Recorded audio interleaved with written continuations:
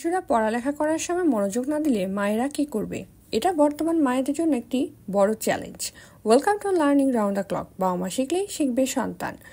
Learning round the ক্লকের আজকের parenting ক্লাসে থাকছে শিশুরা পড়ালেখায় মনোযোগী না হলে মায়েরা সাধারণত কী ধরনের কাজ করে থাকেন, মনোযোগ বাড়ানোর কৌশল, মারধর ছাড়া কিভাবে আমরা শৃঙ্খলা বজায় রাখতে পারি।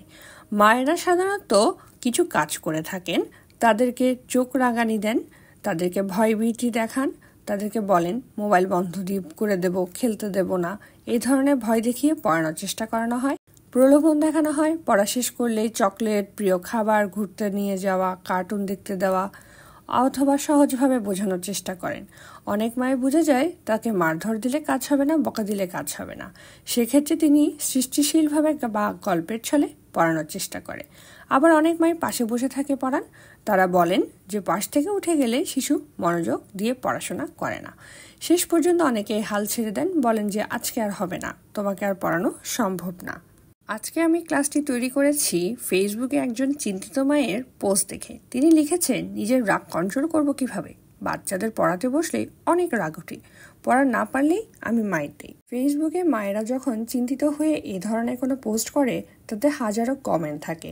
এই কমেন্টগুলো সব কিছুই পজিটিভ হয় না, কোনো কোনো ক্ষেত্রে কমেন্টগুলো নেগেটিভ হয়ে থাকে এবং এই কমেন্টগুলোর কারণে অনেক সময় মায়েদের মনে নেগেটিভ প্রভাবও পড়ে থাকে। নেগেটিভ পজিটিভ দু ধরনের কমেন্টই আসতে পারে, তাই নেগেটিভ কমেন্টগুলোকে অ্যাভয়েড করে আপনি পজিটিভ কমেন্টগুলোকে গ্রহণ করার চেষ্টা করবেন। রাউন্ড দ্য ক্লকের ভিডিওগুলো ভালো লেগে থাকলে সাবস্ক্রাইব করতে ভুলবেন না। ফেসবুক পেজ থেকে ভিডিও দেখে থাকলে লাইক ফলো দিয়ে পাশে থাকবেন। শেয়ার করে অন্য বাবা মাকে সচেতন হওয়ার সুযোগ করে দিন। আপনি একজন মমতাময়ী মা, যিনি ধৈর্যের সঙ্গে সন্তানকে পড়াশোনা করান। মাঝে মাঝে রাগ করে মারেন, পরে খারাপ লাগে।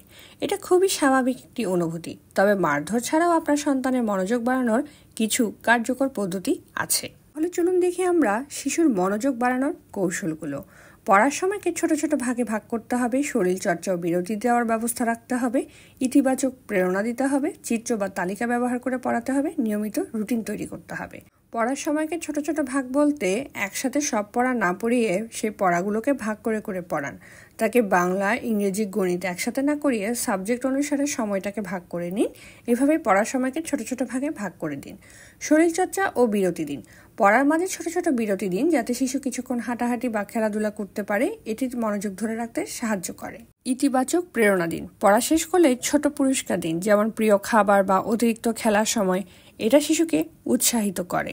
চিত্র বা তালিকা ব্যবহার করুন। পড়ার কাজগুলো চিত্র বা তালিকার মাধ্যমে যদি আপনি পড়ান, তাহলে দেখবেন শিশু খুব সহজে বুঝতে পারে এবং মনে রাখতে পারে, এবং সে এগুলো খুব ভালোভাবে অনুসরণ করে। নিয়মিত রুটিন তৈরি করুন। প্রতিদিন নির্দিষ্ট সময়ে পড়াশোনার অভ্যাস করে তুলুন। এটি শিশুর মনোযোগ ধরে রাখতে সাহায্য করে। ঠিক সময়ে ঘুমানো, ঠিক সময়ে উঠা, এগুলো নিশ্চিত করুন। মারধর ছাড়া কিভাবে আপনি শৃঙ্খলা বজায় রাখবেন? মারধর ছাড়াও শিশুকে শৃঙ্খলার মধ্যে রাখা যায়।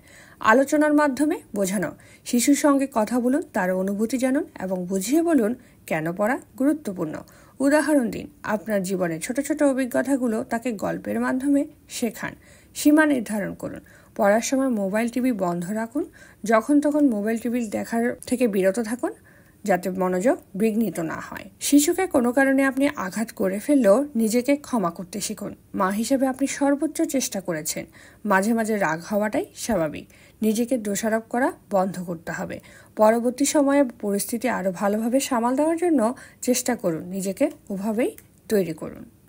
অবশ্যই মা হিসেবে আপনার ভূমিকা বিশাল। শুধু পড়ানোই নয়, সন্তানের মানসিক, সামাজিক ও আবেগীয় বিকাশেও আপনাকে গুরুত্বপূর্ণ ভূমিকা পালন করতে হবে। একজন মা হিসেবে শিশুর পড়ার প্রতি মনোযোগ ও ধৈর্য বৃদ্ধির জন্য কী কী করা উচিত তা সম্পর্কে বিস্তারিত নিয়ে আসবো আগামী পর্বে। আজকের ভিডিওটি দেখার জন্য ধন্যবাদ।